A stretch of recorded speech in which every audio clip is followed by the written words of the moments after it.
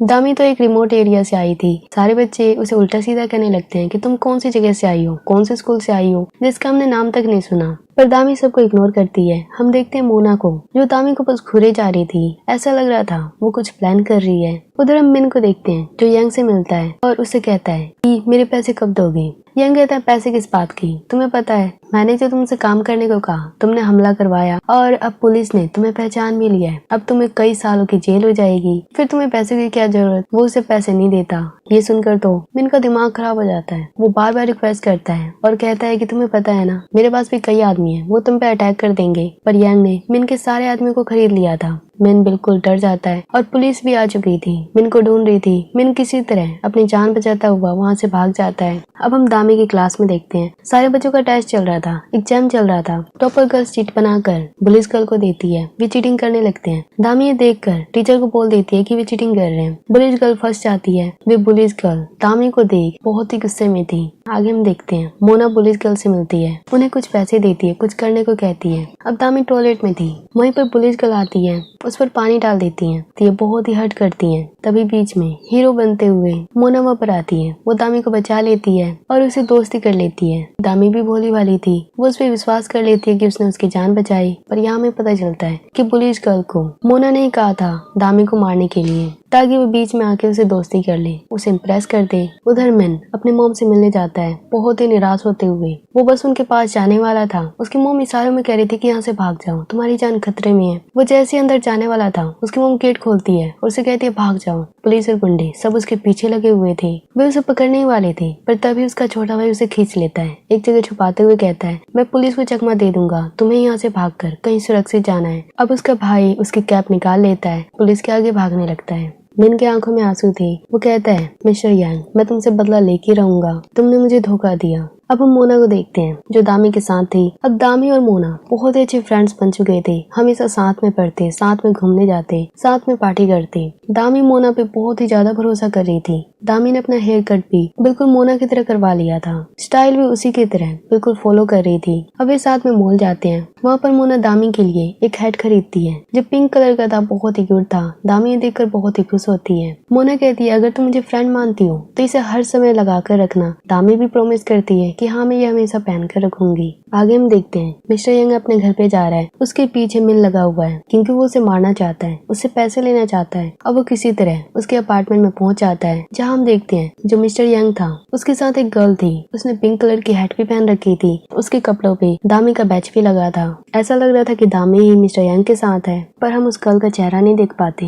Young और मिन में लड़ाई होने लगती है, पर वो गर्ल उस पर अटैक करती है और यंग को बचा लेती है। मिस्टर यंग वहाँ से भाग जाता है और वो जो गर्ल थी जिसने दामी जैसा हैट पहन रखा है, वो अपना बैच फेंकते हुए वहाँ से चली जाती है। मिन बहुत ही गुस्से में था क्योंकि वो यंग को पकड़ नहीं पाया और अब वो उस लड़की से भी बदला लेना चाहता है। वो उस बैच को देखता है जिसपे दामी लिखा था। वो अब दामी को किसी तरह पकड़ना चाहता था। दामी के ग्रैंडपा दामी को मिस कर रहे थे। वो उसकी मॉम गुम को कॉल करते हैं और कहते हैं कि कल मैं दामी के साथ तुम्हारे साथ डिनर करूंगा और इन्वेस्टमेंट की बात भी करेंगे। ये सुनकर तो दामी की मॉम गुम बहुत ही खुश हो जाती है। वो दामी से मिलती है। दामी अभी भी स्कूल से आई थी। उसने हैट भी पहन रखी थी जो कि मोना ने उसे दिया था। वो उसे कहती है ये हैट तुम पे बहुत ही अच्छा लग रहा है और कल डिनर के लिए तैयार रहना, ग्रैंडपा आने वाले हैं। उधर मोना अपनी टीचर से मिलती है। वो उसे डायमंड का ब्रेसलेट गिफ्ट कर रही थी। टीचर का लेने का मन था पर वो मना कर रही थी, पर मोना उन्हें किसी तरह मना लेती है। वो उन्हें गिफ्ट कर देती है। टीचर ये देख बहुत ही खुश होती है। मोना कहती है आपको पता है ना क्या करना है। टीचर कहती है हाँ मुझे पता है। यहाँ मोना का एक सीक्रेट था, उसकी एज जो उसकी रियल एज थी वो सबसे छुपा रही थी, जो सिर्फ टीचर को पता था।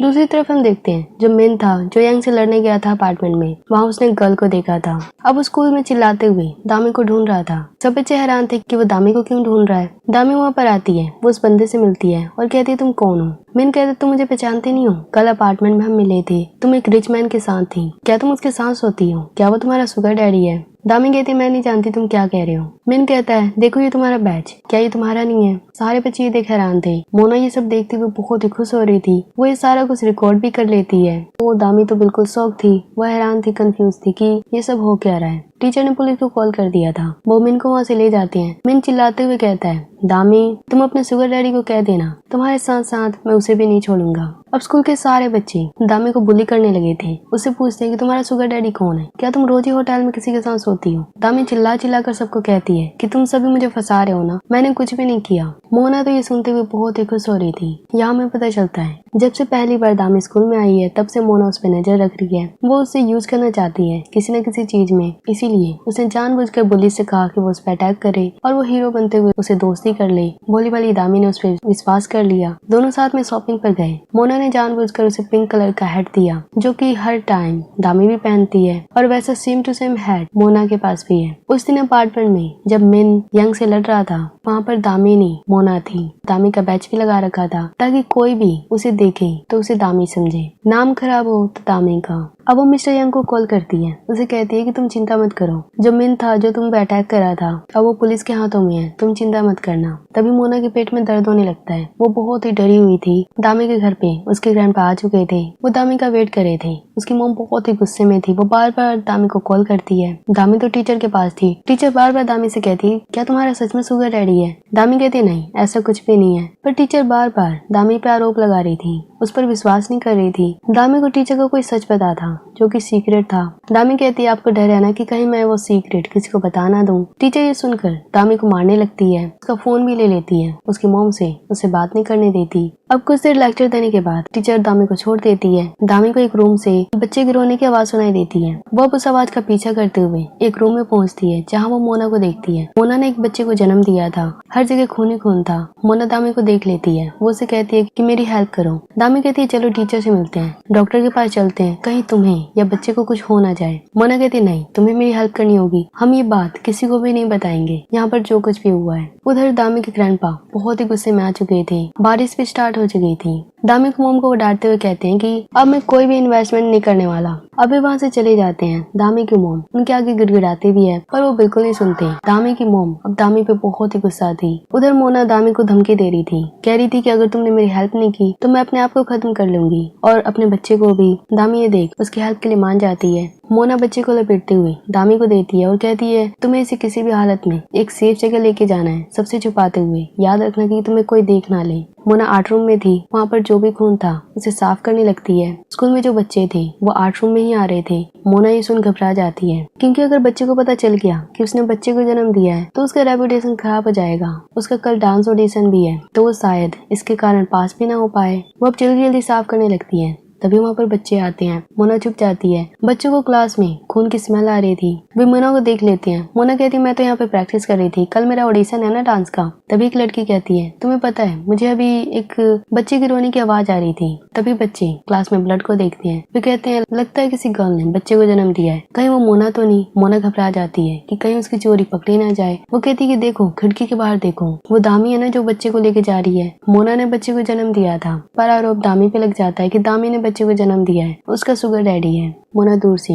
दामी की वीडियो भी बना लेती है और बहुत ही खुश होती है। कुछ देर बाद हम देखते हैं दामी बच्चे को लेके जा रही है। मोना बीच में रुकती है, अपने बच्चे को ले लेती है। बच्चा रो नहीं रहा था। ये देखकर दामी डर गई थी। वो मोना से कहती है चलो जल्दी से हॉस्पिटल में चलते हैं, तुम दोनों का इलाज कराएंगे। मोना घबराते हुए कहती है नहीं कोई भी हॉस्पिटल नहीं जाएगा और तुम इन चीजों से दूर रहो। आज जो भी हुआ इन सारी चीजों को तुम भूल जाना, किसी को भी मत बताना। अगर तुमने हिम्मत की तो बहुत ही बुरा होगा। दामी को तो मोना की उस बच्चे की चिंता हो रही थी। मोना उस बच्चे को लेकर वहाँ से चली जाती है। दामी अपनी मोम के पास जाती है, उनसे माफी मांगती है कि वो ग्रैंडपा से टाइम पे नहीं मिल पाई। वो बारिश में पूरी गिल्ली हो चुकी थी। स्कूल से घर तक वो पैदल आई थी पर उसकी मोम को उसकी बिल्कुल भी चिंता नहीं थी। वो उसे बहुत मारती है, टॉर्चर करती है। दामी बार बार माफी मांगती है। अब उसकी मोम कहती है अगर तुम इस घर में रहना चाहती हो, अपने अडॉप्टिव पेरेंट्स का कर्ज चुकाना चाहती हो तो जाओ अपने ग्रैंडपा के पास और अभी उनसे बार बार माफी मांगो जब तक कि वे इन्वेस्टमेंट के लिए मान न जाए। दामी रोते हुए ग्रैंडपा के घर पे पहुंच जाती है। वो बार बार डोरबेल बजाती है पर कोई भी डोर ओपन नहीं करता। यहाँ मैं एक बात बता दूं